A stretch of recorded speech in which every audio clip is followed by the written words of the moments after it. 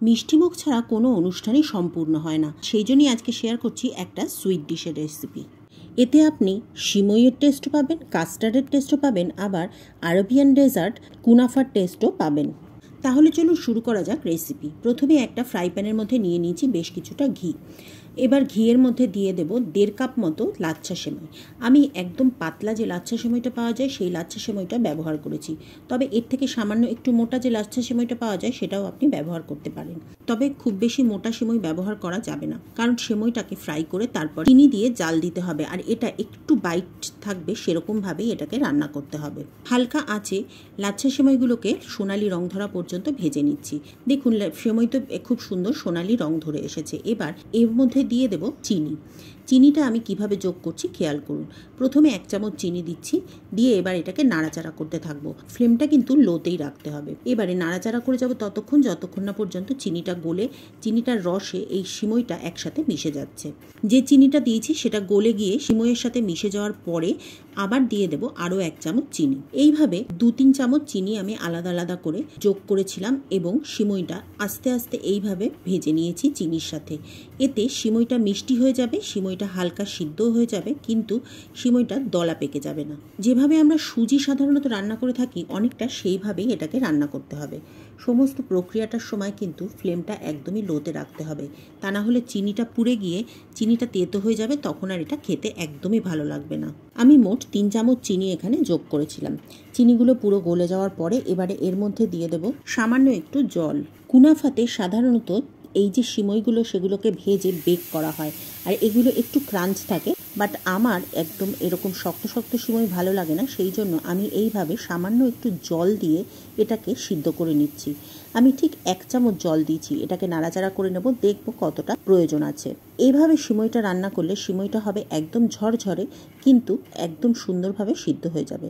আমার মনে হচ্ছে সামান্য আর একটু জল লাগবে, আমি ঠিক আর 1 চামচই জল ব্যবহার করছি। আর 1 চামচ জল দেওয়ার পর একটু নাড়াচাড়া করলে সিমইগুলো খুব ভালোভাবে সেদ্ধ হয়ে যাবে। এই সময় সিমইগুলো দেখে মনে হবে একটু দলা পেকে গেছে, তবে চিন্তা করার কোনো কারণ নেই। এই সিমইটা ঠিক এই সময় আমি নামিয়ে নিচ্ছি, আর নামিয়ে নিয়ে এইভাবে রেখে দিলে পরে কিছুক্ষণ পর সিমইগুলো একদম ছাড়া ছাড়া হয়ে যাবে। সমস্ত সিমইটাকে তুলে নিচ্ছি একটা প্লেটের মধ্যে। রেসিপিটা দেখে যদি ভালো লাগে তাহলে একটা লাইক করে শেয়ার করে দেবেন, আর কমেন্ট করে জানাবেন যে কেমন লেগেছে। যারা ফেসবুক পেজ থেকে দেখছেন তারা পেজটাকে ফলো করে নেবেন আর ভিডিওটাকে শেয়ার করে দেবেন। যারা ইউটিউব থেকে দেখছেন তারা চ্যানেলটিকে সাবস্ক্রাইব করে পাশে থাকা বেল বাটনটি ক্লিক করে দেবেন, এতে সমস্ত ভিডিও নোটিফিকেশন আপনার কাছে পৌঁছে যাবে। ওই একই ফ্রাই প্যানের মধ্যে দিয়ে দেব আরও কিছুটা ঘি। ঘিটা দিয়ে এবারে কিছু বাদাম আমি ভেজে নিচ্ছি। আপনি পছন্দ মতো যে কোনো বাদাম এখানে ভেজে নিতে পারেন। আমি এখানে প্রথমে কাজু দিচ্ছি। কাজুগুলোকে আমি যেহেতু 2 টুকরো করে দিচ্ছি সেই জন্য কাজুগুলো সবার প্রথমে দিচ্ছি। কাজুগুলোতে সোনালি রং ধরলে এবার এর মধ্যে দিয়ে দেব একদম মিহি করে কুচিয়ে রাখা বাদাম। বাদামগুলোকে আমি পাতলা পাতলা করে কেটে নিয়েছি, সেই জন্য বাদামগুলোকে আমি পরে দিচ্ছি। কিছু বাদাম আমি বাঁচিয়ে রাখছি, সেগুলোকে আমি পরে সাজানোর জন্য ব্যবহার করব। কাজু বাদাম আর বাদামগুলো ভালো করে ভেজে নিয়েছি। ভেজে নেওয়া হয়ে গেলে এবার এর মধ্যে যোগ করে দেব কিছু কিশমিশ। সমস্ত বাদাম এবং কিশমিশটা ভাজার সময় আগুনের ফ্লেমটা কিন্তু কম রাখতে হবে, তা না হলে আবার পুরো টুরে যাওয়ার সম্ভাবনা থাকে। কিশমিশটাও এবার ভেজে নেব খুব ভালো করে। কিশমিশটা ভাজা হয়েছে কি করে বোঝা যাবে? কিশমিশটা যখন দেখবেন ভাজতে ভাজতে একদম ফুলে উঠবে তখন বুঝবেন কিশমিশটা ভাজা হয়ে গেছে। এবার সমস্ত ড্রাই ফ্রুটগুলোকে আমি একটা প্লেটের মধ্যে তুলে নিচ্ছি। আমি যে ড্রাই ফ্রুটগুলো দিচ্ছি সেগুলো যে আপনাকেও দিতে হবে এমন কোনো কথা নেই, আপনি আপনার পছন্দ মতো যে কোনো ড্রাই ফ্রুটই এখানে ব্যবহার করতে পারবেন। এবারে কাস্টার্ড পাউডারের গোলাটা তৈরি করে নিচ্ছি। একটা মেজারিং কাপের মধ্যে আমি 2 চা চামচ কাস্টার্ড পাউডার নিচ্ছি। একটু উঁচু উঁচু করে কাস্টার্ড পাউডারগুলো আমি নিয়েছি। এবার এর মধ্যে অল্প অল্প করে দুধ দিয়ে খুব ভালো করে কাস্টার্ড পাউডারটার একটা ব্যাটার মতো বানিয়ে নিচ্ছি, যাতে কোনো রকম লাম্প না থাকে। কোনো রকম দলা যদি থাকে তাহলে সেটা কিন্তু খাবারে ভালো লাগবে না, সেই জন্য কাস্টার্ড পাউডারের গোলাটা তৈরি করার সময় খুব সাবধানে করতে হবে যাতে কোনো রকমভাবে এটা দলা পেকে না যায়। দেখুন কাস্টার্ড পাউডারের গোলাটা ঠিক এইরকম হবে। ওই একই ফ্রাই প্যানের মধ্যে আমি নিয়ে নিয়েছি 1/2 লিটার দুধ আর 4 চা চামচ চিনি। চিনির সাথে দুধগুলার ভিডিওটা আমি দেখাতে পারলাম না, সেই জন্য আমি দুঃখিত। এবারে দুধ আর চিনিটাকে দিয়ে খুব ভালো করে জাল দিয়ে নেব। দুধের ওপরে যেগুলো ভাসতে দেখছেন সেগুলো ভেজে নেওয়া বাদামের টুকরো এবং সিমইয়ের টুকরো। এরকম ভাবার কোনো কারণ নেই যে দুধটা নোংরা। আর সামান্য যেগুলো তেল ভাসতে দেখছেন সেগুলো কিন্তু আসলে তেল নয়, সেগুলো ঘি। এবারে দুধটাকে খুব ভালো করে জাল দিয়ে ঘন করে নেব। খুব একটা বেশি ঘন করার দরকার নেই, কারণ কাস্টার্ড পাউডার দিলে এমনি এটা ঘন হয়ে যাবে। যেহেতু চিনি দিয়েছি সেই জন্য সামান্য একটু ফুটিয়ে নিতে হবে, কারণ চিনি দিলে পরে চিনিটা গলে গিয়ে একটু জল জল হয়ে যায়, সেই জলটা মরে যাওয়া অবধি অপেক্ষা করতে হবে। চিনির জলটা মরে গিয়ে যখন দুধটা আস্তে আস্তে একটু ঘন হয়ে আসবে তখন এর মধ্যে কাস্টার্ড পাউডারটা আমি মেশাবো। দুধটা যখন জাল হচ্ছে তখন প্যানের সাইডে যে সরগুলো তৈরি হচ্ছে সেগুলো স্ক্রেপ করে দুধের সাথে মিশিয়ে দিলে ভালো হবে, কারণ এতে স্বাদটা বেড়ে যাবে।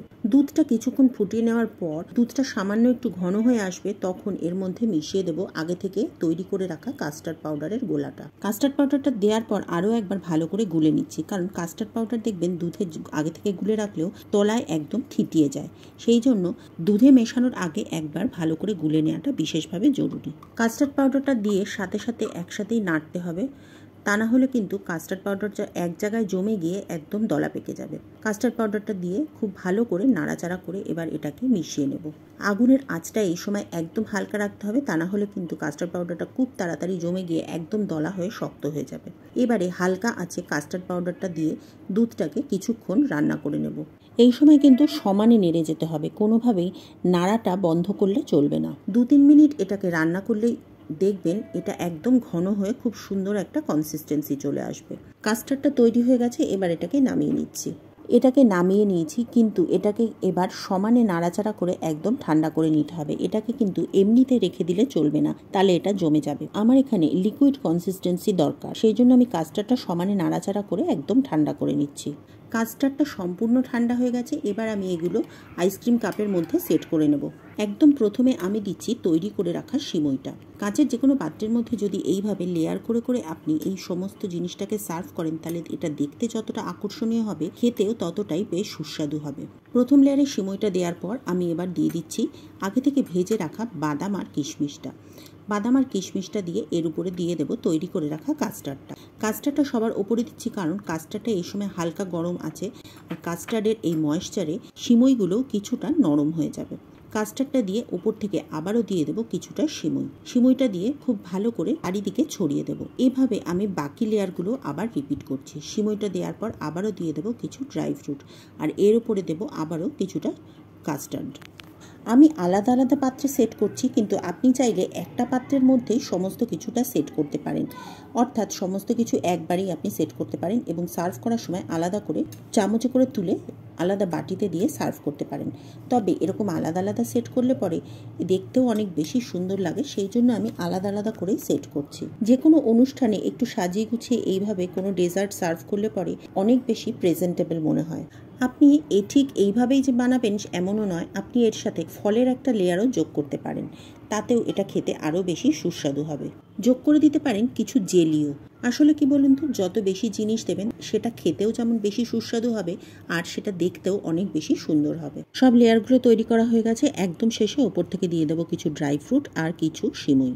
এবার এটাকে ফ্রিজে রেখে 2-3 ঘন্টা ঠান্ডা করে তারপরে ঠান্ডা ঠান্ডা সার্ভ করতে হবে। আজ তাহলে এ পর্যন্তই। পরের দিন আবার দেখা হবে নতুন ভিডিওতে নতুন রেসিপি নিয়ে। সকলকে ঈদের শুভেচ্ছা জানিয়ে শেষ করছি আজকের ভিডিও।